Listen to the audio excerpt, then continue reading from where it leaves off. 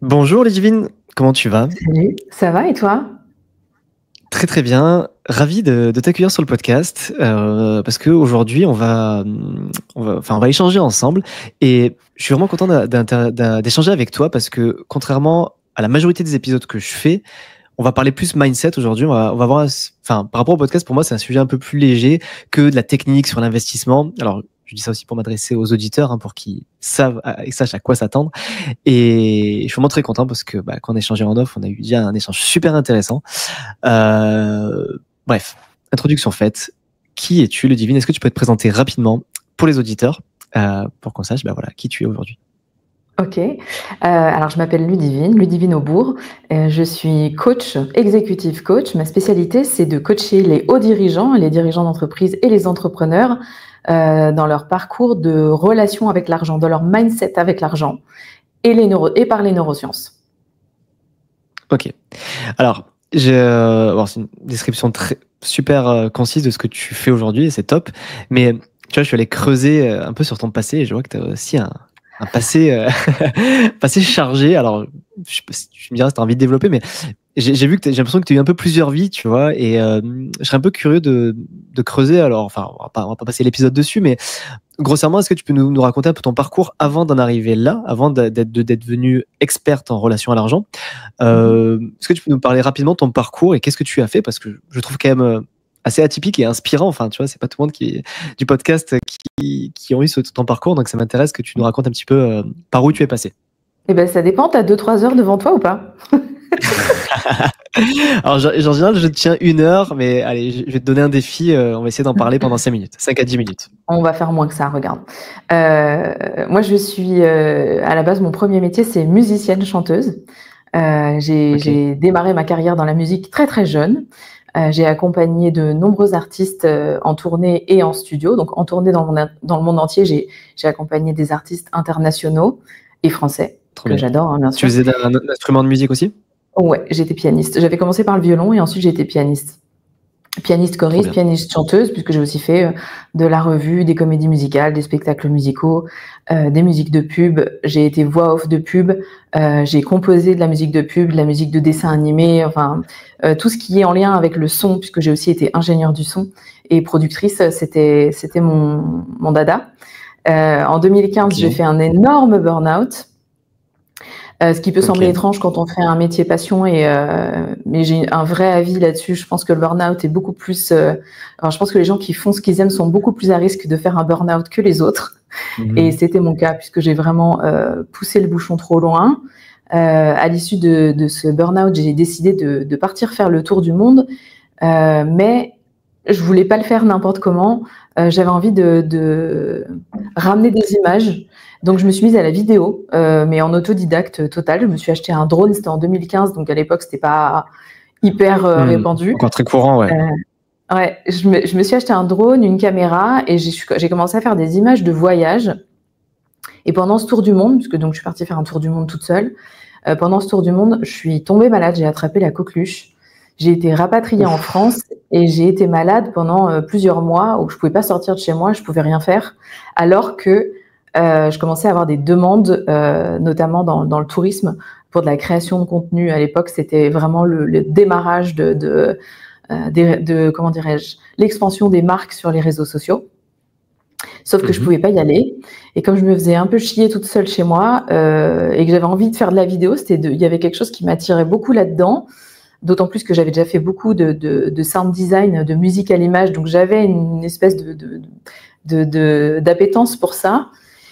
Je me suis demandé ce que je pouvais faire et comme toute ma carrière d'artiste, j'avais dû me maquiller beaucoup. J'ai commencé à faire des maquillages artistiques sur moi que je prenais en photo. Non, d'abord, c'était juste des images artistiques, des autoportraits artistiques. En fait, j'essayais de créer des looks avec les collections de maquillage de grandes marques. Je faisais ça vraiment, c'est-à-dire que je dépensais toute ma thune dans le make-up et après je créais des choses. Et ça, j'ai mis ça sur les réseaux et ça, à l'époque, il y avait vraiment un algorithme naturel. Enfin, c'était pas facile, mais c'était beaucoup plus possible qu'aujourd'hui de monter sur les réseaux et ça a vraiment super bien pris. à tel point que, comme ça tombait au moment où les marques ont commencé à vraiment investir de l'argent sur les réseaux sociaux, en fait, je suis un peu, malgré moi, je suis un peu devenue influenceuse beauté. Et j'ai commencé à la demande des marques, alors que c'était pas du tout ce que je voulais faire. Ils m'ont dit, tu pourrais pas nous faire un tuto pour nous expliquer comment tu as fait ce look-là? Et j'ai dit, non, mais moi, j'ai pas trop envie, je voulais juste faire des photos artistiques. Et puis finalement, j'ai dit, bon, ok, j'y vais, je vais le faire. Et en fait, c'était tellement rémunérateur pour moi. J'avais jamais imaginé gagner ma vie en faisant un truc comme ça qui m'amusait, que c'est devenu un métier à part entière. J'ai été repérée par une boîte de prod à Hollywood qui m'a proposé de m'installer à Los Angeles pour développer toute la partie beauté de leur boîte, de cette maison de production. Je suis restée là-bas 2 ans. Quand je suis revenue en France pour quelques mois, puis il y a eu le Covid, donc j'ai pas pu repartir à LA alors que j'étais en train de m'y installer.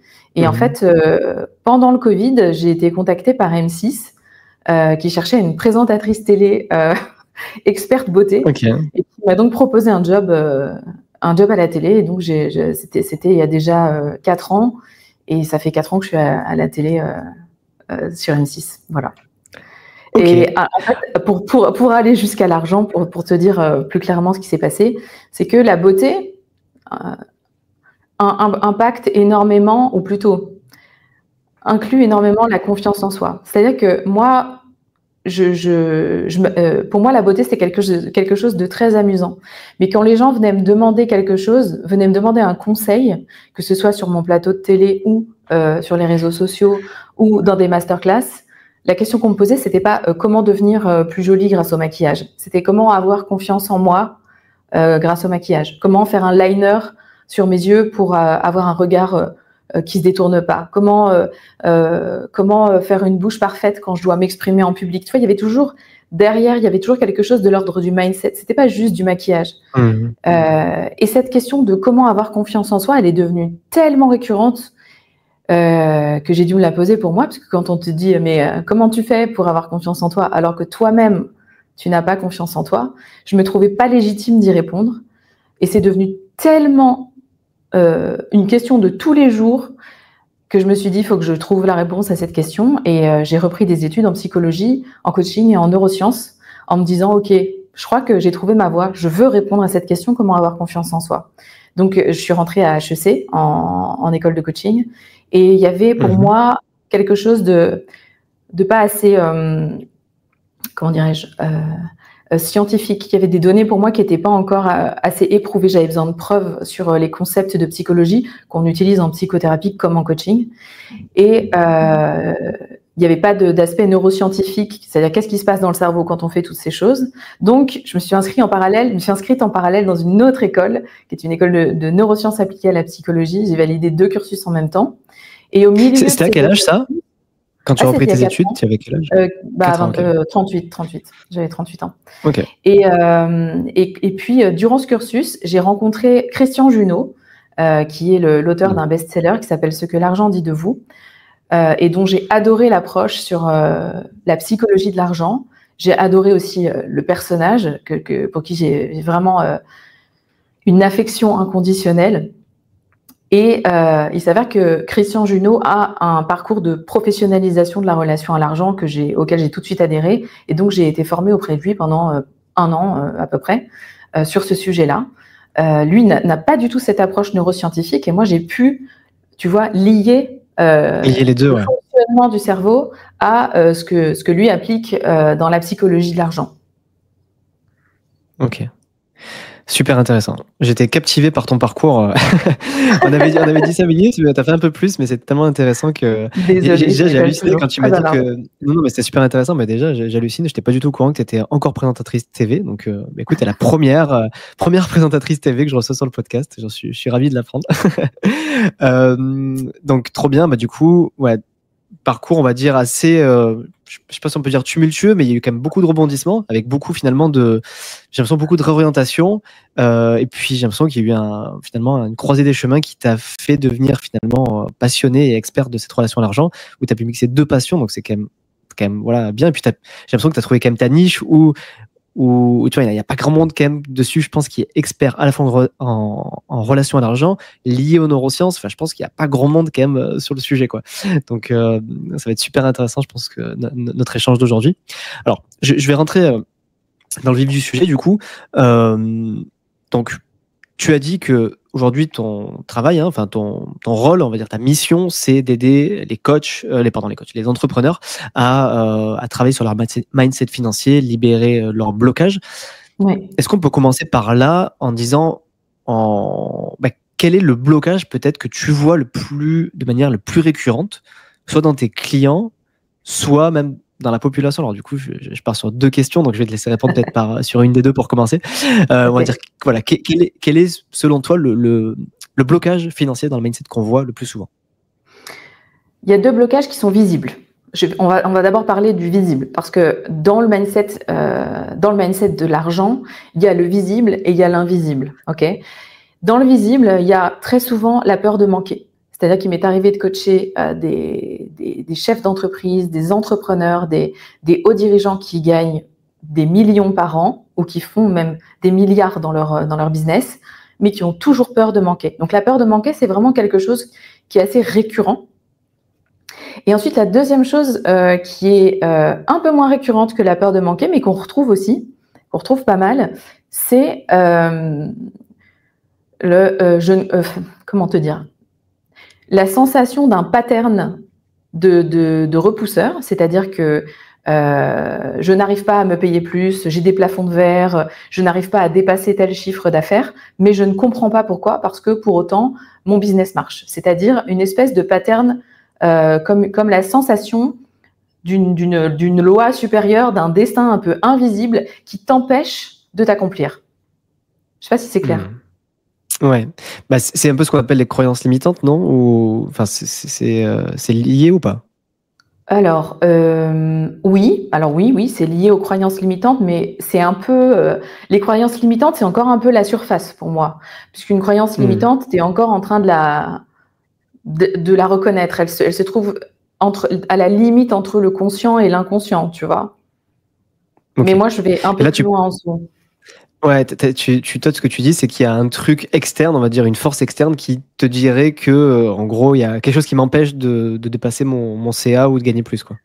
Alors, c'est pas justement, c'est la sensation, c'est qu'il y a quelque chose que tu maîtrises pas, qui fait que t'as pas de bol, que je sais pas, qu'il y a un coup dur qui tombe, que tu t'es associé avec la mauvaise personne, que administrativement il y a des choses qui bloquent, ou que d'un coup tu vas faire un mauvais investissement.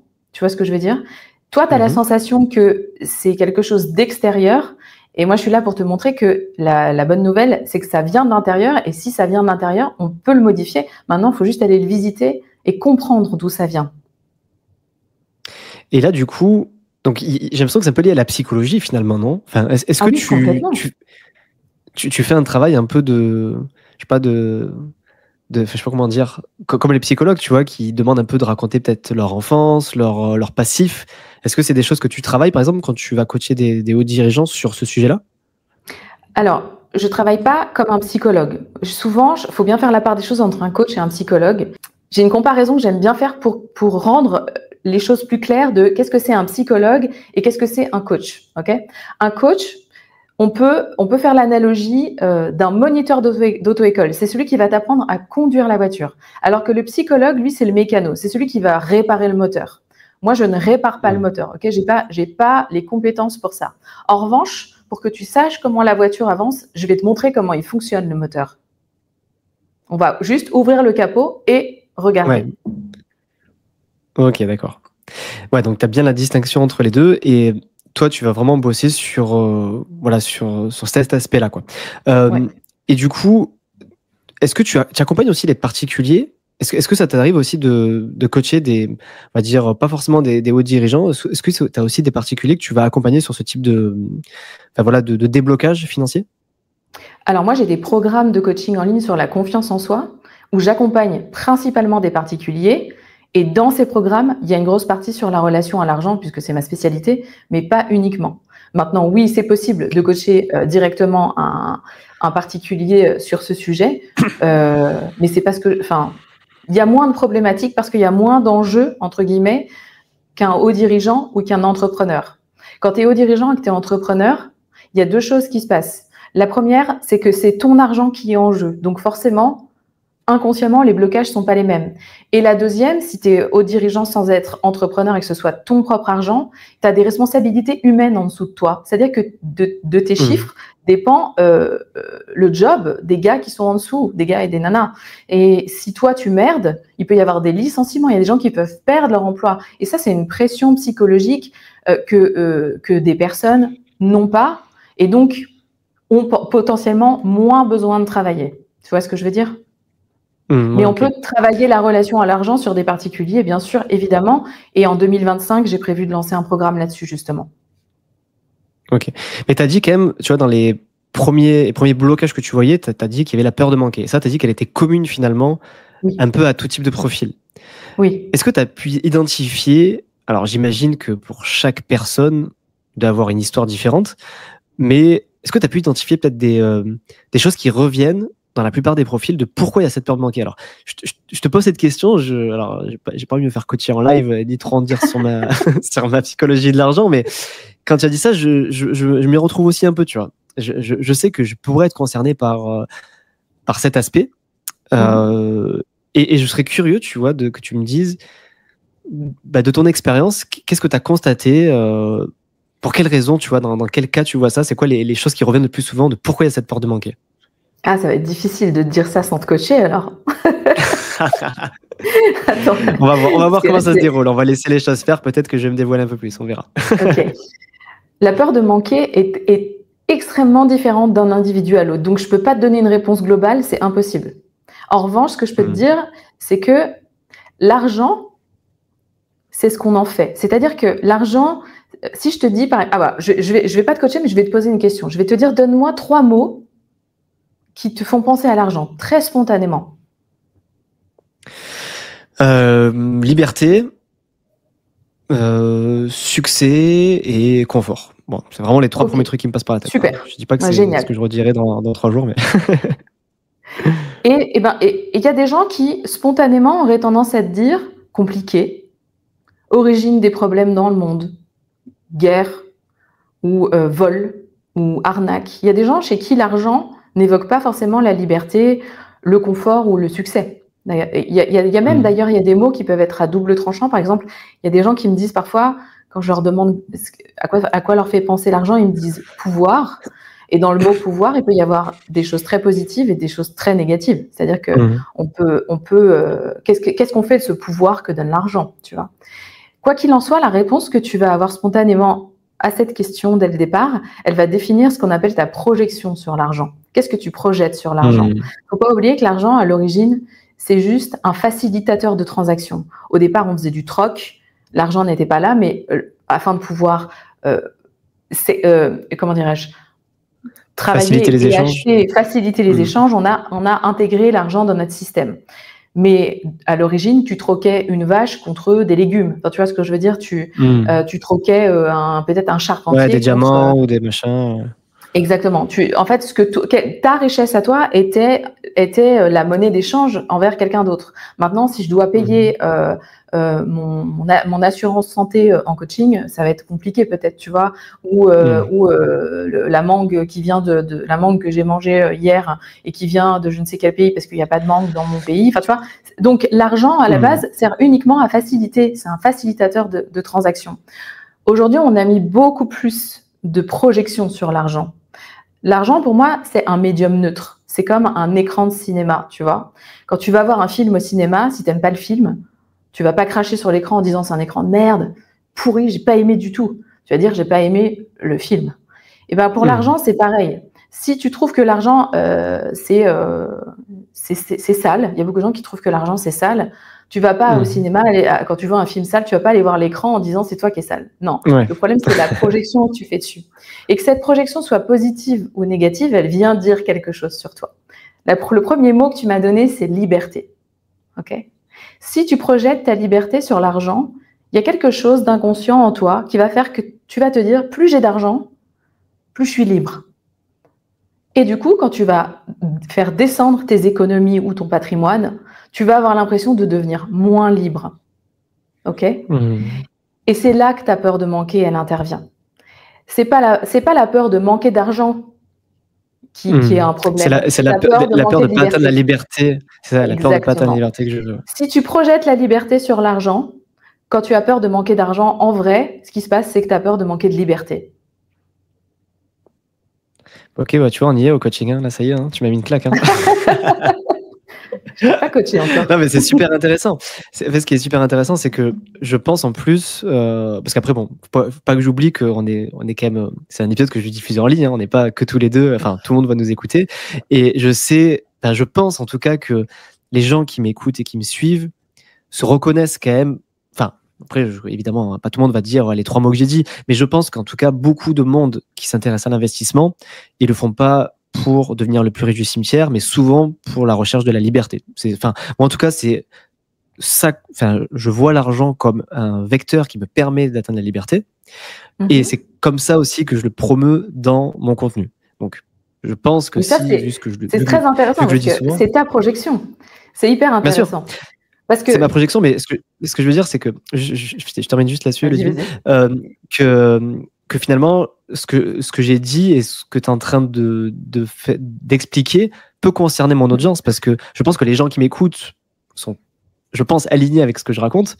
Donc, je pense qu'il y en a beaucoup qui projettent quand même l'argent comme un vecteur de liberté. Alors, il n'y en a pas tous, évidemment, hein, pas toutes et tous, mais voilà, c'est pour ça que je dis que un petit peu ce que tu es en train d'expliquer, je pense et j'espère que ça parle à mon audience.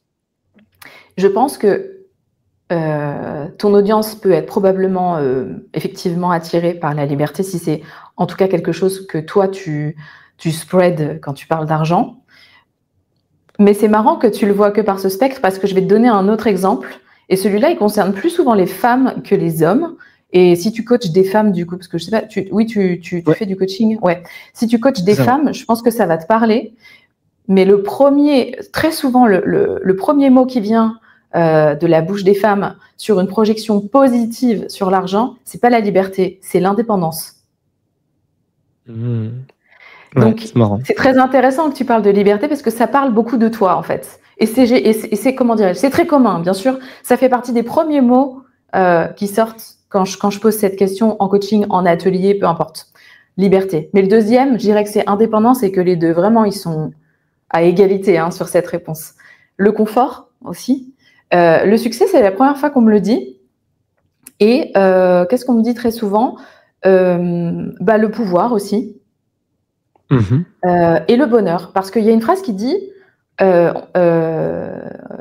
ne fait pas le bonheur. L'argent ne fait pas le bonheur, on ne peut pas acheter le bonheur. Et pourtant, même si c'est entre guillemets une injonction de la société, il y a beaucoup de gens qui pensent au fond d'eux que l'argent c'est le bonheur, puisqu'il y a une projection positive sur l'argent. Et effectivement, si la liberté te rend heureux, bah oui, si la liberté te rend heureux et que l'argent te rend l'argent te permet. Ouais. Bah bien sûr que l'argent te rend heureux. C'est intéressant ça, parce que tu vois, vu qu'on part sur cette phrase-là, alors je vais retourner un peu la question. Alors loin de moi l'idée d'essayer de te coacher, mais je suis curieux d'avoir ton avis sur cette phrase. Tu vois, qu'est-ce que tu penses toi de cette phrase ? L'argent ne fait pas le bonheur. Je crois que l'argent ne fait que ce qu'on en fait nous-mêmes. Je crois que l'argent ne fait que ce qu'on en fait nous-mêmes, vraiment. Parce que si tu prends l'argent pour ce que c'est, un facilitateur de transaction, c'est un facilitateur. Pas le bonheur, pas la liberté, pas rien de tout le reste. Ok. Intéressant.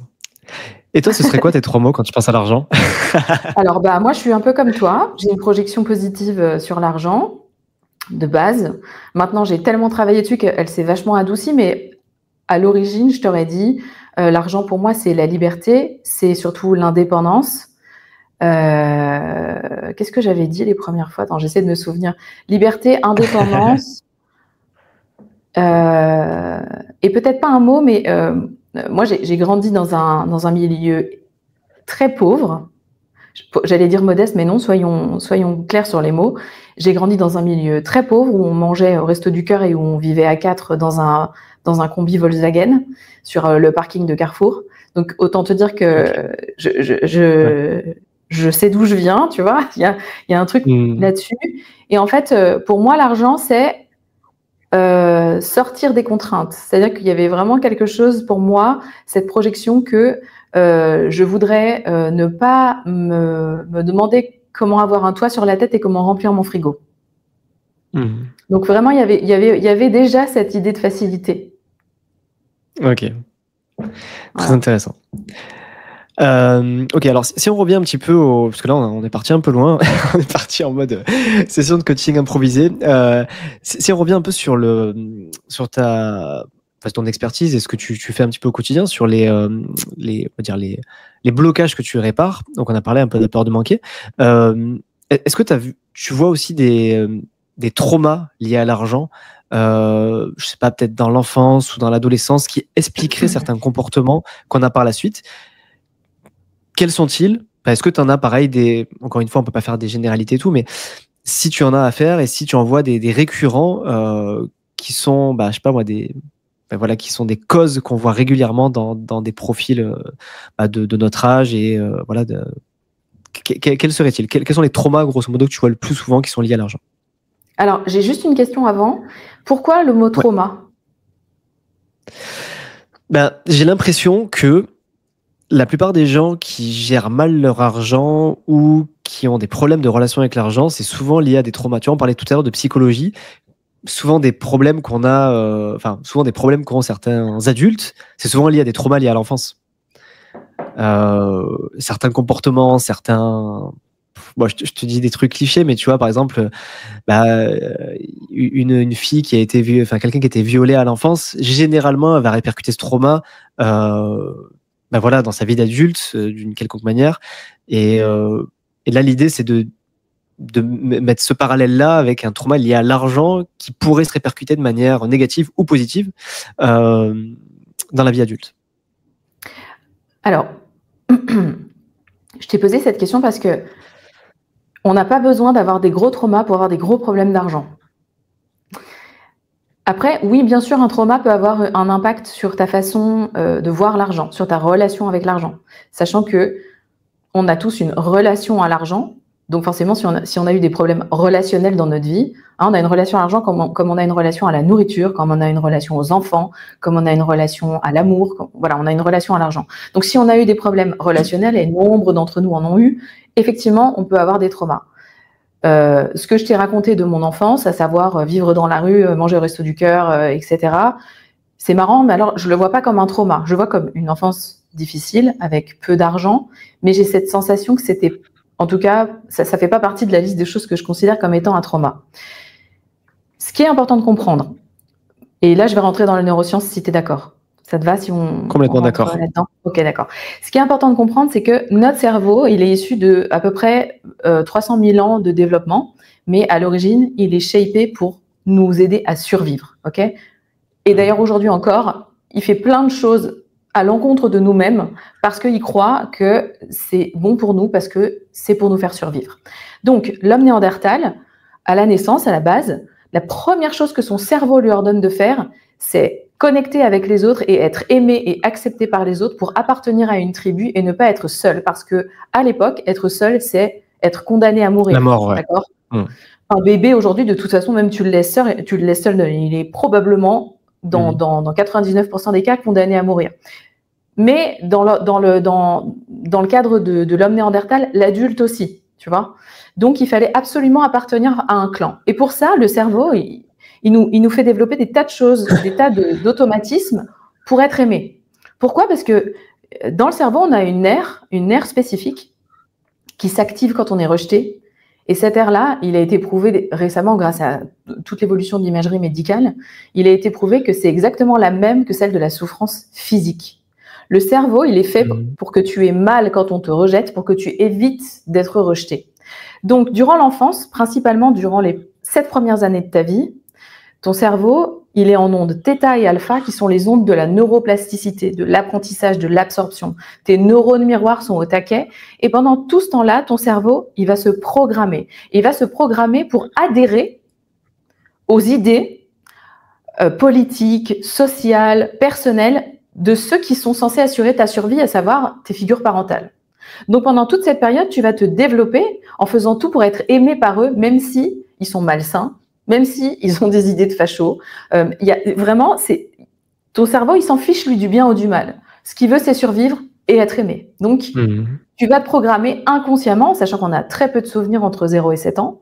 Toute cette programmation, elle va se faire inconsciemment, malgré toi. Et tout ce que tu auras vécu durant cette période va être familier par la suite. Donc, plus tard, et je pense que ça va te parler parce que c'est assez récurrent chez beaucoup d'entre nous, on se retrouve à faire des choses, à attirer des relations ou avoir à faire des choses malgré nous. Je sais pas, genre tu veux te mettre au régime et une semaine après, tu sais pas comment, tu te retrouves avec le pot de Nutella sur les genoux devant la télé. Tu t'as décidé de te mettre au sport et puis en fait, au bout de 3 semaines, ton abonnement, tu le payes dans le vide. Tu as choisi d'économiser, mais tu te retrouves déjà sur un site en train de balancer de la thune à tout va. Il y a plein de choses qu'on fait, on ne sait pas trop pourquoi. Tu refuses d'avoir tel type de relations qui sont complètement toxiques pour toi et puis en fait, dès que tu en vois une, tu plonges dedans et puis tu y retournes. Toutes ces choses-là, en fait, c'est pas une force supérieure qui nous les fait faire. C'est la programmation de notre inconscient. Mais comme on se rend pas compte que ça représente 95% de notre cerveau, 95%, ben en fait, on croit que c'est une force extérieure, la faute à pas de chance, la faute à Dieu, la faute à l'univers. Alors qu'en fait, notre cerveau, il est drivé à 95% par la programmation de l'enfance et ce besoin de survivre, et à 5% par ton cortex préfrontal qui, lui, a des idées qui sont plutôt smart. Tu l'as bien développé, tu as bossé sur ton mental et tu dis, mais non, attends, moi, ce que je veux, c'est être quelqu'un comme ça, je veux des rencontres comme ça. Là, tu vois, toute la bonne volonté. Et malgré toute cette bonne volonté, bah, tu as toute cette programmation de l'enfance qui va continuer d'aller te pousser malgré toi inconsciemment vers des schémas qui te sont familiers. J'y viens, tu vas voir, tu vas comprendre. C'est pour ça que quand je coach sur la relation de l'argent, je pose beaucoup de questions sur quels sont tes premiers souvenirs liés à l'argent dans l'enfance et aussi qu'est-ce que tu sais de l'histoire de ta famille par rapport à l'argent. Parce que, entendons-nous, quand tu nais, tu sais pas que tu vas devoir payer pour vivre. Tu vois ? Jusqu'à ce qu'un jour, tu t'es au supermarché avec tes parents, tu dis je veux ça et que les parents ils disent non. Bah non, parce que ça, il faut payer. Et là, tu te dis, mais non, pourquoi je peux pas avoir tout ce que je veux? Ah, c'est bizarre. Et puis ensuite… Je vis ce problème avec ma fille tous les jours. Je vois, je vais la mener au supermarché. Voilà. Et ensuite, le deuxième, souvent, la deuxième chose qui peut être ton premier souvenir lié à l'argent, c'est qu'à un moment, l'enfant, il va se demander pourquoi les parents s'en vont tous les jours. Toi, l'enfant, il comprend pas pourquoi papa, maman se barrent. Et ensuite, et donc, il va dire, alors, pourquoi on les laisse… Ouais, ou pourquoi on les laisse à l'école, quoi. Où est-ce que vous allez ? Et là, les parents vont lui dire, bah, écoute, papa et maman vont travailler parce qu'il faut gagner de l'argent pour remplir le frigo, payer le loyer. Et la façon dont ça va être dit, ça va déjà mettre les bases sur ta relation avec l'argent. C'est-à-dire que si tes parents rentrent à la maison et disent « Oui, tu sais, papa, il travaille dur, travailler, c'est pas facile, mais on est obligé et on y va tous les jours, même si c'est dur, parce que tu sais, dans la famille, on est des gros bosseurs et il faut travailler dur dans la vie pour mériter salaire, il faudra que tu fasses pareil après. » Bah déjà, tu vois, tu t'en souviens peut-être pas, mais ça pose les bases de ta relation à l'argent. À savoir, un truc qui est hyper commun dans notre monde, tout travail mérite, pas tout travail mérite salaire, pardon. À savoir, dans ce monde, il faut travailler dur pour mériter salaire. Voilà, excuse-moi. Il faut travailler dur pour mériter son salaire. Ce qui donne aujourd'hui des gens qui comprennent pas, ou en tout cas qui ne cherchent pas à faire de l'argent facilement, à faire de l'argent passif. Il y a toute une catégorie de gens qui auront tendance à dire oui, les riches sont des voleurs parce qu'ils foutent rien et puis ils gagnent de l'argent. Ben non, c'est juste que si toi tu penses qu'il faut travailler toujours plus pour gagner plus, à un moment, il n'y a que 24 heures dans une journée, tu n'es qu'un seul humain, tu vois. Donc, si tu dis à l'enfant oui, c'est dur, il faut travailler dur et c'est pas facile, bon bah ça rentre dans sa tête que gagner de l'argent c'est un truc pas drôle, que ça demande de l'énergie, que ça met de mauvaise humeur. Et en plus, direct après, tu vas le mettre à l'école. Et puis, on va lui dire, il faut bien travailler à l'école. Déjà, il a le mot travail dans la tête comme un truc pas chouette. alors il va te dire… Donc, en plus, il associe ça… Exactement. Il va potentiellement associer ça. Alors que si tu rentrais à la maison en tant que parent et que tu disais, ah bah papa, quand il n'est pas là, il part s'éclater. Il part faire une activité super chouette dans laquelle il s'épanouit. Et en plus, il gagne de l'argent. C'est incroyable. Mais je pense que déjà… Si tu expliques ça à ta fille dès le départ, sois sûr qu'elle part avec des bases différentes. Elle part inconsciemment avec un cerveau qui se dit dans la vie, on fait pas que gagner de l'argent. On peut aussi choisir un job qui nous éclate, un truc qui nous épanouit. Mais on est tous à 99% programmés pour faire un travail dur, qui fait pas plaisir, parce que plus c'est dur, plus tu mérites ton argent. Mais plus tu fais un taf facile et moins tu gagnes d'argent. Tu vois, il y a cette espèce de dualité, de polarité dans le monde de « Ah oui, les artistes, ah mais c'est un bohème, tu sais, il a jamais d'argent, mais il fait ce qu'il aime, il fait de la musique et tout. » Et puis vice-versa. Et puis à l'inverse, t'as oui, mais lui, tu vois, c'est un banquier, il travaille dur, il s'amuse pas, mais il gagne beaucoup d'argent, au moins il a de la sécurité. Enfin, tu vois, il y a plein de polarités comme ça qui créent notre façon de voir l'argent inconsciemment. Donc, si tu as grandi dans un environnement où, par exemple, je vais te donner l'exemple d'une coachée. Elle a grandi dans une famille de cheminots. Tout le monde travaillait à la SNCF, tu vois. Le père, le grand-père, l'arrière-grand-père. Et elle aussi, du coup. Et les frères et sœurs. Parce que le père, il a mis tout le monde en disant, attention, pour être aimé de la famille et pas être rejeté du clan, il faut travailler en tant que cheminot. Bah, c'est peut-être pas formulé de cette façon, mais évidemment que quand c'est répété, matrixé dans ton cerveau toute ta vie, bah après, si tu veux faire autre chose, tu vas quand même devoir nager à contre-courant avec cette peur inconsciente d'être rejeté par tes propres parents, ce qui semble quand même assez insupportable quand tu y penses. Et pour peu que tu veuilles en plus être entrepreneur, alors là, c'est compliqué. Bah, ça dépend. Moi, je viens d'une famille d'entrepreneurs, c'est pas compliqué. Alors, par contre, on a vécu dans la rue, mais être entrepreneur, c'est OK. Donc, c'était pas nager à contre-courant, tu vois. Non, mais je pensais surtout à ta coachée, tu vois, de la mentalité cheminot. Alors, je dis ça parce que je suis passé par là aussi, j'étais cheminot. Enfin, je suis passé par la SNCF aussi. Ouais. Ah, bon, j'ai fait le passage le plus court de l'univers de la SNCF. Hein. Je suis rentré, j'ai démissionné au bout d'un an, tu vois. Donc, je suis pas du tout un exemple de cheminot, mais je vois bien la mentalité SNCF parce que avant d'être entre cheminot, j'avais travaillé en Presta, donc j'ai passé bien 4-5 ans là-bas. Donc, j'imagine bien en fait la mentalité qu'avait dans la famille de ta coachée, tu vois, où c'est limite une tradition familiale en fait, et en gros, tu te rends pas compte de la chance que tu as d'être rentré à la SNCF. Et moi, c'est tout le monde m'a dit quand j'ai démissionné, mais on m'a dit mais t'es con, t'as les billets gratuits, t'as ça, t'as le statut, t'as machin bidule.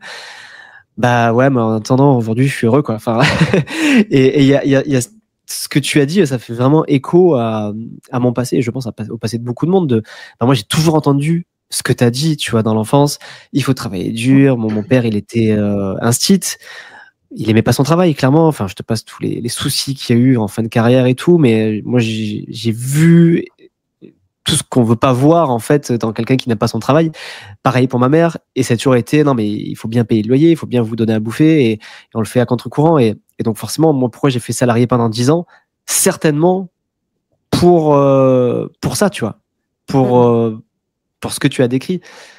Et je pense qu'aujourd'hui, on est quand même dans un environnement, un monde avec Internet et la diffusion de la connaissance qui te permet de voir aussi qu'il y a d'autres portes, en fait. Qu'avant, on savait pas. Enfin, on savait pas. Moi, s'il n'y avait pas eu Internet et que si j'avais pas suivi autant de créateurs de contenu, autant qui disent, OK, c'est possible, en fait, de vivre de quelque chose qui te plaît. Alors, avec les risques qui vont avec, hein. Attention, je dis pas que c'est facile et que tout le monde peut le faire. Hein. Il y a bien sûr des risques et c'est du travail, mais la différence, c'est que c'est un travail que j'aime, tu vois, et c'est je pense là toute la différence par rapport à ce que j'ai pu vivre avant, quoi. Bah, je vais aller un peu plus loin sur l'exemple que je viens de te donner, si tu veux, pour que tu comprennes un petit peu l'empreinte familiale et le rapport qu'il y a avec ça. En fait, donc ma coachée, je lui demande un petit peu comment ça se passait dans l'enfance. Donc elle m'explique que son père leur a beaucoup raconté à elle et ses frères et sœurs que son père, à lui, était un cheminot qui un jour a voulu tenter l'entrepreneuriat. Le gars était passionné de boulangerie, de pain. Il voulait faire du pain et donc il a ouvert sa propre boulangerie. Ok. Donc il a nagé. Il a été le vilain petit canard 2 générations plus haut parce qu'il voulait se lancer dans son rêve. Et malheureusement pour lui, à l'époque, faut savoir que il n'y avait pas de responsabilité limitée quand tu lançais un business. Si tu coulais, on te prenait tout. Et le mec a coulé. Et ne supportant pas ça, il s'est suicidé. D'accord ? Il s'est pendu quand son fils avait 8 ans et c'est son fils de 8 ans qui l'a retrouvé pendu dans le jardin. Donc le père de ma coachée, c'est ce petit enfant de 8 ans qui a retrouvé son père pendu. L'enfant de 8 ans, il se dit quoi ? L'entrepreneuriat, c'est la mort. Ah, ça tue. C'est le trauma pour toute une famille. Il faut jamais le faire. Donc, qu'est-ce qu'il fait ? Il dit non, mais mon père a fait cette erreur. On a tous été malheureux à cause de ça. je ne referai pas ça, on sera des cheminots, je le signe avec mon sang. Donc, il a raconté à ses enfants, d'ailleurs, ça peut être de façon verbale comme de façon non verbale, parce qu'il y a aussi des gens qui n'ont pas la capacité de communiquer avec les émotions, tu vois. Mais lui, du coup, ce qu'il a transmis à ses enfants, c'est pour être en vie, pour être une famille heureuse, ce qui est le plus important pour avoir l'amour, le clan, la santé, et pas les traumas, on doit tous être cheminots. C'est ça qui nous a sauvés. Le seul qui a essayé, on a la preuve, il en est mort. Et moi, je suis traumatisée, donc vous serez cheminots, parce que vraiment, c'est ce qu'il y a de mieux. Les autres sont fous. Tu vois, c'est un peu ça le discours. Donc, ma coachée, elle a suivi les traces de son père jusqu'à son décès à lui, d'accord? Et quand il est décédé, elle s'est enfin dit, je pourrais peut-être m'autoriser à faire ce que je veux. Et donc, elle s'est lancée dans les médecines naturelles et elle a voulu lancer son business. Seulement, à ce moment-là, elle s'est retrouvée confrontée à beaucoup de plafonds de verre, à beaucoup de peur, à beaucoup de blocages, notamment celui de vendre quelque chose. C'est pas facile de se vendre. C'est très dur. Toi-même, tu sais. Très dur de vendre. Moi, je sais. Oui. Et quand tu es indépendant, en fait, même si tu fais un métier que tu adores, tu dois te vendre. Et je vais encore plus loin, quand tu fais des métiers aidants, comme coach, comme médecine naturelle, médecine alternative, tu as presque honte de demander de l'argent pour aider l'autre, parce que par définition, aider, c'est censé être gratuit, tu vois. Donc, elle n'arrivait pas du tout à développer son business. Elle n'osait pas se montrer sur les réseaux sociaux, parce qu'en plus, toute sa famille allait voir que non seulement elle avait quitté la SNCF, ce qui était déjà bien honteux, mais alors en plus, elle osait aller sur Insta. Ouh là là. Et elle était complètement bloquée par ça, et du coup, elle était à 2 doigts d'abandonner. Et donc, je lui dis, puisque j'avais connaissance du coup des antécédents entrepreneuriaux de son grand-père, je lui dis, mais dis-moi, est-ce que de façon inconsciente, ton père, il t'aurait pas transmis que l'entrepreneuriat, c'est la mort, et finalement, ton auto-sabotage permanent et tous tes blocages viennent simplement du fait que ton inconscient, il pense que tu vas mourir si tu fais ça. Et à ce moment-là, sans comprendre pourquoi, elle a elle a été submergée par l'émotion. Et souvent, c'est quand une émotion déboule et on ne sait pas pourquoi, parce que c'est des mots qui sont plutôt simples, quand une émotion s'invite comme ça dans la séance, on sait qu'on est au bon endroit. Et donc, il y a quelque chose dans cette programmation. Tu as touché le point sensible. Voilà, j'ai touché le point sensible de cette partie complètement enfouie de l'iceberg. Vraiment, je vais le redire, hein. Si tu veux prendre ta vie en main, comprends bien que, si tu veux être le conducteur de ta vie, comprends bien que dans ta tête, il y a 5% de conscient et 95% d'inconscient. Donc, quand c'est toi qui conduis, c'est 95% d'un gars que tu connais pas. Et si tu veux vraiment conduire, tu as intérêt d'aller lui serrer la pince et de lui dire « Ok, allez, viens, on va discuter. Qu'est-ce qui s'est passé avant? Quelle a été ta programmation? Comment on peut renégocier ?» Et là, on rentre dans les croyances. À ce moment-là, c'est une petite part, tu vois, du travail. Mais au-delà de ça, il y a vraiment tout ce qu'on a dans l'inconscient programmé, de l'ordre de nos parents, notre enfance, la façon dont on nous a expliqué ce que c'était l'argent, ce qu'on peut avoir vécu aussi plus tard. Hein. Attention, ça peut être... Toi aussi, tu peux avoir une expérience adulte qui t'a programmé d'autres croyances et qui sera intéressante de revisiter. Mais souvent, même adulte, c'est plutôt l'écho d'un truc qui a déjà existé chez toi ou qui a été transmis par le verbal ou par le non-verbal, par tes parents, par tes grands-parents, par tes figures parentales, par ce clan à qui tu as adhéré à 100% pour survivre.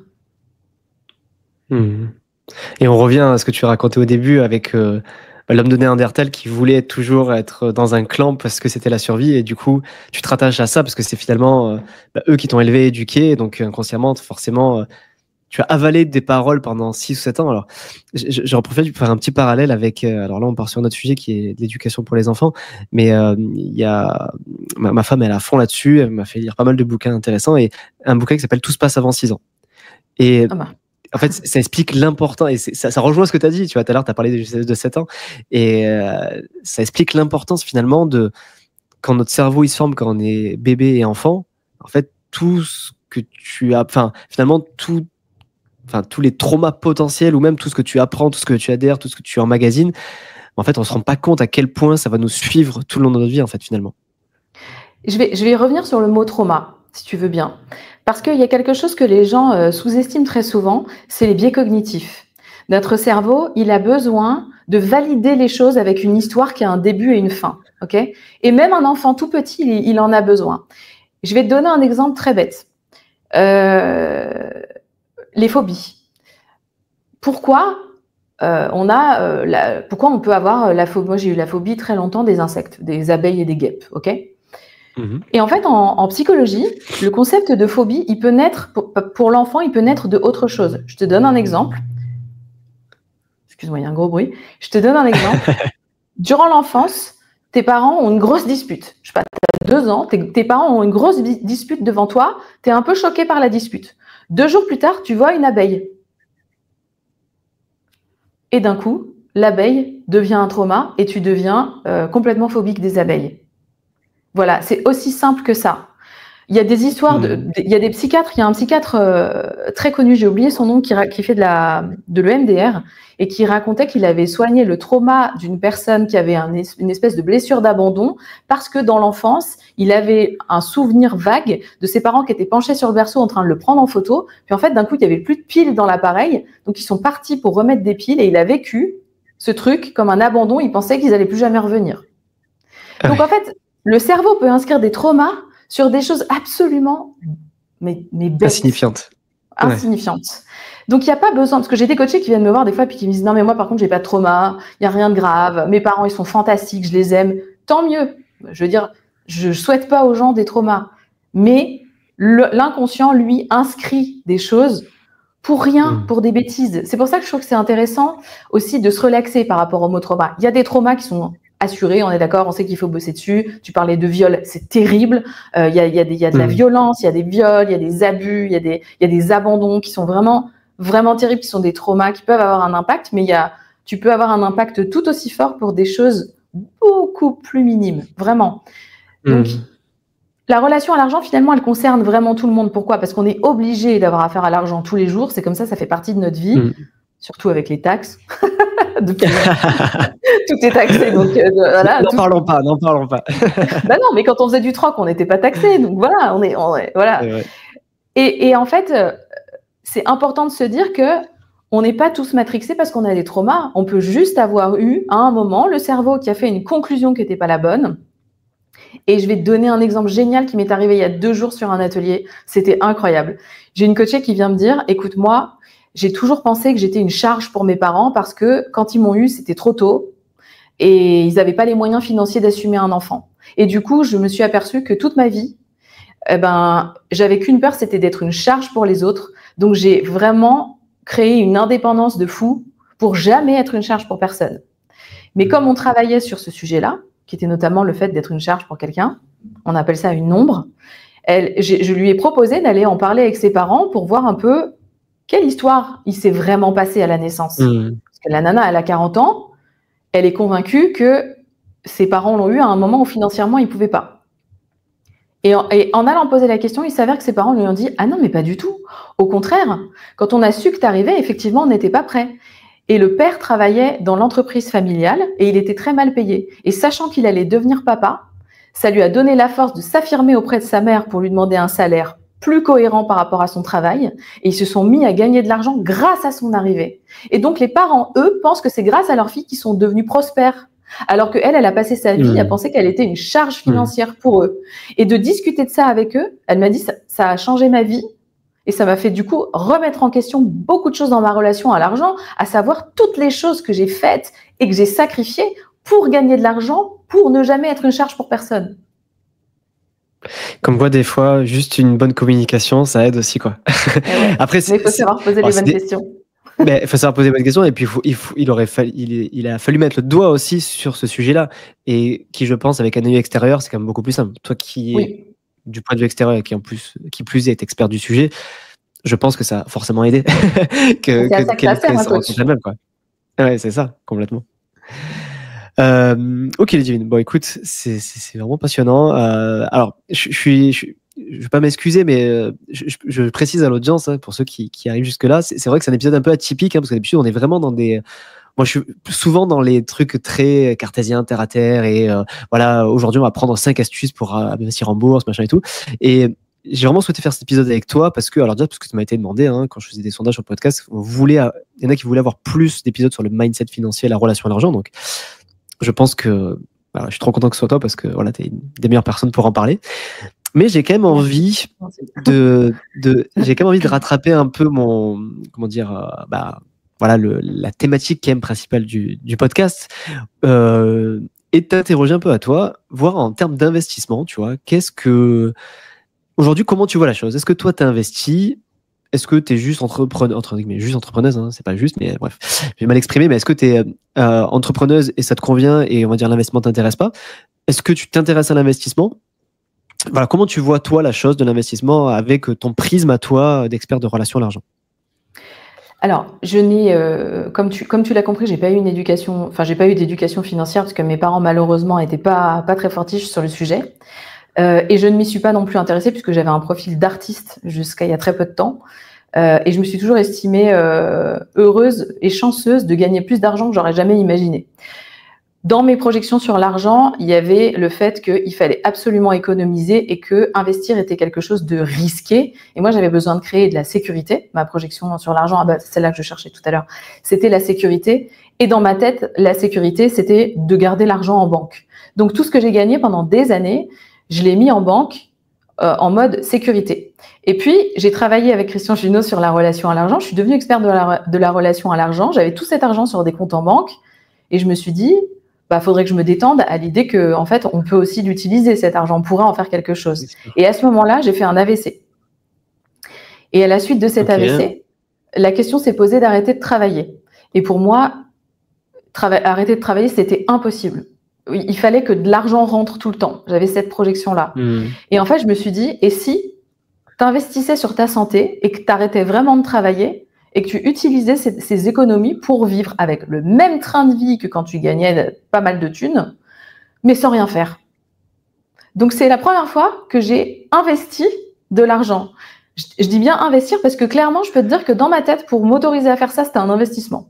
À l'époque, j'avais justement prévu d'investir dans le projet j'exagère. J'ai investi dans une société juste avant mon AVC et j'avais prévu d'investir dans de l'immobilier à Bali, dans le projet d'un ami qui donc est revenu me voir en me disant « ça y est, le projet est prêt ». Et je lui ai dit « je suis désolée, cet argent, je ne peux plus te le donner parce que je vais l'investir autrement ». Il m'a dit « est-ce que je peux te demander dans quoi tu vas l'investir ?» Je lui ai dit « oui, je vais vivre tranquillement jusqu'à ce que je sois guérie et ça va être un investissement sur moi ». C'était mon seul investissement. J'ai bien pioché dans mes économies. On va dire que j'ai défoncé la moitié de ce que j'avais en banque. Et ensuite, j'ai décidé d'utiliser cette autre moitié pour lancer un gros projet de programme de coaching en ligne, mais à grande échelle, avec une équipe de copywriters, du marketing, et ça coûte vraiment une blinde. Donc, je me suis remis les caisses à zéro. Et c'était important pour moi de le faire parce qu'en fait, c'était un investissement, d'une part, mais sur quelque chose qui compte pour moi, dont je connais à peu près le rendement parce que j'ai très confiance en ma productivité, on va dire, même si en vrai, on ne sait jamais ce qui peut arriver, mais j'étais assez confiante. Et je me suis dit, j'investis, je fais all-in sur mon propre projet et sur ma propre santé pour que plus tard, j'ai encore plus. Et là, je vais me poser la question d'investir. Et on en est à ce stade-là dans ma vie. J'en suis à cette période où je commence à m'enseigner sur l'investissement et les revenus passifs, même s'il y a quelque chose de très résistant en moi à ce sujet-là. Mais ce qui me pousse à le faire, c'est l'inflation et cette notion que si jamais tout pète, l'argent qui est sur mon compte en banque va disparaître. Et ça me fait peur, en fait. Donc, dans ma tête, l'idée, c'est d'investir en diversifiant. Et je commence à m'enseigner là-dessus, vraiment, mais là, en cette fin d'année. Ok. Bah écoute, un super podcast, il s'appelle Investir Simple. Tu as plus de 200 épisodes gratuits. Il paraît. C'est prévu. Tu vas même tomber sur un épisode où tu parles toi. Incroyable. Trop bien. Et du coup, quand tu parles de revenus passifs, à quoi tu penses? Quel type d'invest tu penses? Alors moi, je pense à de la bourse, de la crypto et de l'IMO. C'est pour moi les trois investissements. Ah oui, et de l'assurance vie aussi. C'est les 4 choses dont j'ai le plus entendu parler, qui sont les plus, entre guillemets, connues ou populaires. Mais il est certain que si j'ai d'autres opportunités, je me pencherai dessus.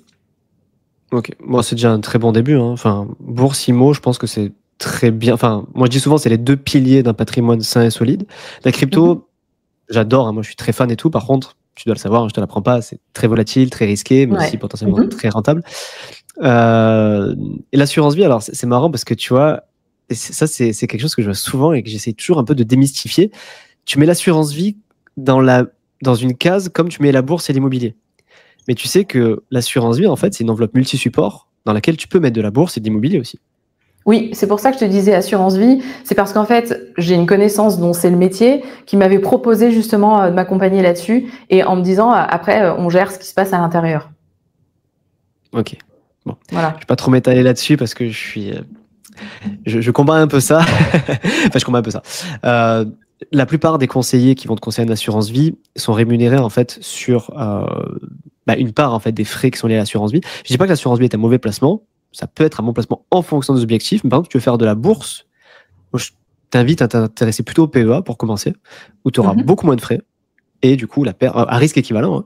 Et du coup la perf elle sera dans ta poche et moins dans celles intermédiaires. Ok, c'est noté. Petite astuce.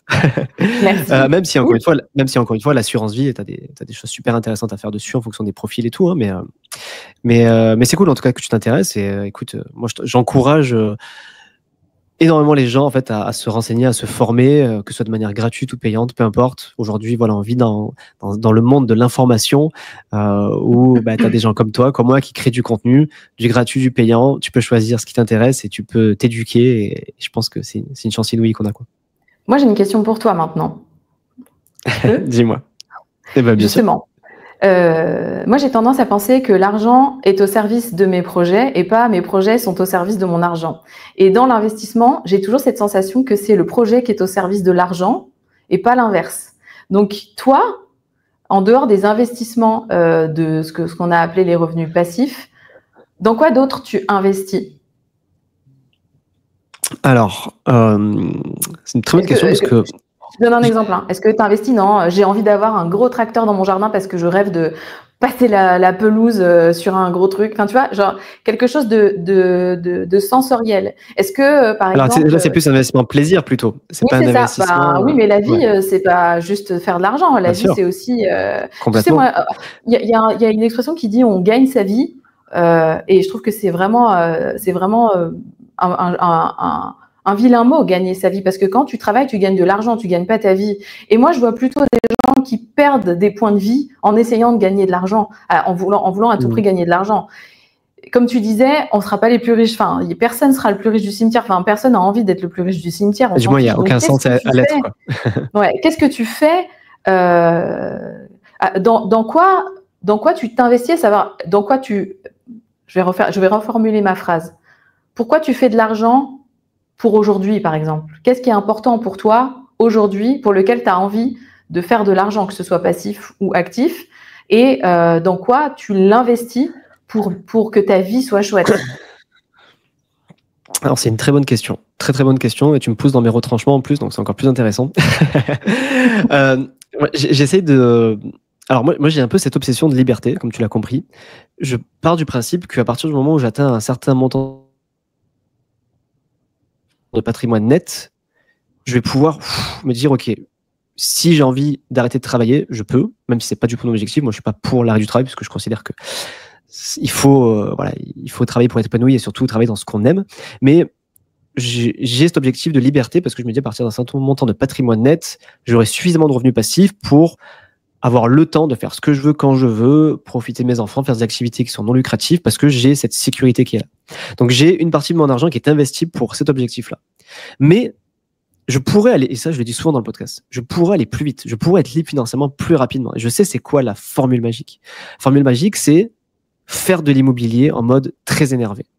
Parce que c'est comme ça que les gens qui deviennent libres financièrement rapidement y arrivent. Je t'invite d'ailleurs à écouter tous les podcasts qui s'appellent Parcours d'investisseur, où j'interviewe des gens qui sont devenus libres financièrement. Et il y a une règle commune à tous, c'est qu'ils ont fait de l'immobilier en mode énervé pendant 5 ans.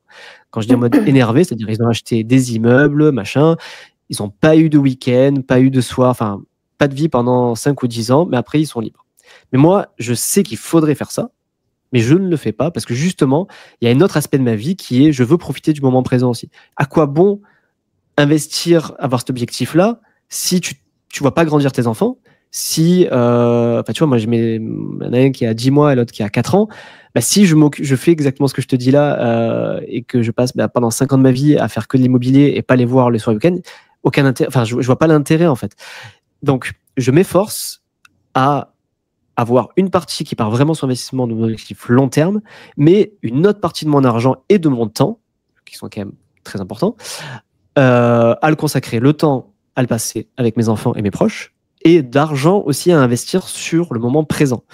Ah, génial. Je travaille encore dessus. Je dis pas que je suis parfait. Je pense que je peux mieux faire, parce que chaque fois je me dis que oui, là, si je me paye ce resto, machin, ouais, c'est de l'argent moi, mais de plus en plus, je fais l'effort de me dire non, je dois me récompenser aussi. Et d'ailleurs, petite anecdote, avec ma femme, on s'est payé notre premier restaurant étoilé. On se l'est jamais fait. Ça fait 3 ans, on en parle. Ça va coûter de l'argent, oui, ça va nous coûter 400 balles le resto, mais par contre, ça va être une expérience unique qu'on va vivre à deux. On va se payer la nounou et tout, donc ça va nous coûter 500 balles la soirée, ça va être très cher. Mais par contre, on veut se récompenser de l'année où on a beaucoup travaillé et on veut profiter, voilà, d'un moment, on veut se faire plaisir. On investit dans notre moment présent. Donc, pour répondre à ta question, voilà, j'essaye d'avoir vraiment 2 aspects de ma personnalité, enfin 2 aspects de voir l'investissement. L'investissement long terme pour mon objectif long terme de liberté, de sécurité, et un autre où je suis prêt à prendre plus de temps que nécessaire pour y arriver, pour me dire que voilà, si demain je me prends un camion en pleine poire, j'aurais quand même profité du moment présent, tu vois. Voilà. J'espère que j'ai répondu à ta question. Ouais, c'est génial. Merci beaucoup. C'est super touchant comme réponse, et c'est à ça que je pensais, parce que tu as dit j'arrêterai de travailler, je profiterai de la vie une fois que j'aurai atteint ce montant. Et le problème, c'est qu'on a tous très souvent ces biais cognitifs de se dire je serai plus heureux quand j'aurai plus d'argent, je serai plus heureux quand j'aurai perdu du poids, je serai plus heureux quand j'aurai le job de mes rêves. Mais la vérité, c'est que on a tous déjà expérimenté cette sensation de je serai plus heureux quand on est arrivé au point de avoir ce qu'on voulait, et on n'était pas forcément plus heureux parce qu'on continue de vouloir encore plus, ou alors parce que en fait la vie finalement c'est pas exactement ce qu'on s'imaginait une fois que. Donc cette projection sur l'investissement, souvent, elle est un peu excessive, selon moi, ça n'est que mon avis. Elle est un peu excessive, elle est un peu à base de, effectivement, je serai heureux une fois que j'aurai tant d'investissement de capital net ou que sais-je. Et c'est moi c'est l'inverse que j'ai besoin de faire. Moi, je suis plutôt en mode, mon objectif, c'est pas un montant, c'est plutôt une maison. Je la vois, je la visualise. Je sais à quoi elle ressemble et je sais où est-ce que je voudrais qu'elle soit à peu près. Et maintenant, à moi de voir combien elle coûte et du coup, combien je vais devoir travailler ou faire d'investissement pour des revenus passifs pour pouvoir l'avoir le jour où je serai plus en état de travailler. C'est super intéressant. Et puis après, je partage ce que tu dis, et le risque qu'il y a à aussi, comment dire, à toujours dire ouais, quand j'aurai ce montant-là, c'est bon, j'arrêterai, machin. Il y a moi, ce que je trouve, ce risque, c'est un truc que j'ai vu souvent, c'est que quand tu arrives au montant en question, en fait, tu t'arrêtes pas. Tu vas viser x10, quoi. Et j'en ai vu je ne sais pas combien de collègues, hein, même d'ailleurs des gens qui sont passés sur le podcast, qui disaient ok, moi je vise 1 million de patrimoine net. Ils l'ont atteint plus rapidement que prévu, puis se visent 100 millions. Bon, après, chacun cet objectif, je ne vais pas juger, mais il y a un peu ce risque d'être un peu, tu sais, on parle souvent, je ne sais pas si tu connais le concept de la rat race, je ne sais pas si c'est un concept dont tu as entendu parler, c'est... Bon, j'ai l'impression que finalement tu retombes dans une rat race, en fait, à se dire en fait je veux toujours plus, et voilà, moi j'essaie d'être assez méfiant avec ça, en me disant que je pense que voilà, le passé, on rattrape pas le passé. Et encore une fois, alors peut-être que ça fait peut-être un peu vieux con, genre le mec qui a eu des enfants, alors ça y est, il donne la leçon et tout. Je veux pas passer pour le mec comme ça, mais depuis que j'ai eu des enfants, en tout cas, je sais que mon prisme a changé aussi, et j'ai conscience qu'on rattrape pas le temps perdu, et j'ai conscience aussi, j'ai entendu tellement d'histoires de gens qui ont travaillé pendant voilà, à fond pour leurs enfants, justement, pour mettre à l'abri leurs enfants, et puis quand ils ont 20 ans, ils sont là à pleurer, ils sont partis de la maison, et puis en fait je me suis rendu compte que je passais mon temps à bosser pour eux, et en fait j'ai pas profité d'eux. Moi c'est vrai que j'aimerais bosser plus, c'est vrai que j'aimerais bosser plus, hein, parce que c'est mon entreprise, j'ai plein de projets, mais je suis limité de 9h à 5h parce que après il y a les enfants, et avant il y a les enfants. Et tant pis, je bosse que de 9h à 5h. Je ferai moins d'argent, mais en attendant, je profite d'aujourd'hui, parce que dans 15 ans, quand ils seront plus là, ils seront là, mais ils seront peut-être plus à la maison en tout cas. Et en tout cas, j'aurai pas de ces moments-là, quoi. Et ils pourront peut-être dire travailler, c'est faire un truc qu'on kiffe et en même temps gagner de l'argent avec. Espérons. Bon, en tout cas, moi, je sais, je vais changer mon disque. Enfin, je sais ce que je vais dire à ma fille quand je vais aller la chercher aujourd'hui. Ok. Bon, Chouette. super, merci beaucoup Ludivine. Merci à Je toi. te propose qu'on s'arrête là. Ouais, bien sûr. Est-ce que avant de terminer, tu as, je sais pas, un truc que t'as pas dit, que tu aurais aimé dire, ajouter dans cet épisode, ou tu penses que c'est bon, on a fait un bon tour? Bah, je sais pas, t'as 2-3 heures devant toi ou pas? J'ai pas encore mangé en plus, donc là, Je suis ouais, très je bavarde. commence à Non, on va s'arrêter là, c'est mieux. c'est trop bien. Reprenons Est-ce que une je peux fois quand même vivre, juste reprenons le cours de nos vies. Trop bien. Est-ce que tu peux juste nous dire où est-ce qu'on te retrouve? Enfin, si on veut Oui. te contacter, te suivre, comment ça se passe?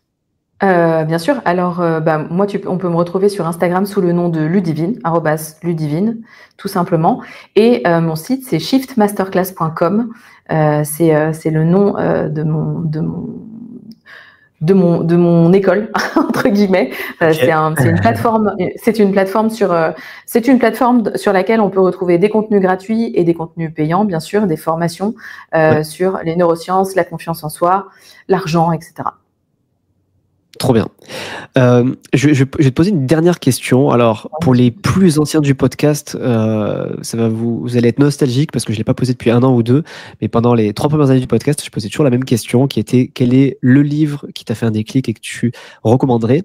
Ça fait 1000 ans que je ne l'ai pas posé, mais vu qu'on est sur un épisode un peu à part où on parle de mindset, je suis vraiment curieux que tu me donnes un nom de bouquin qui, toi, t'a fait un déclic. Alors, idéalement sur la relation à l'argent.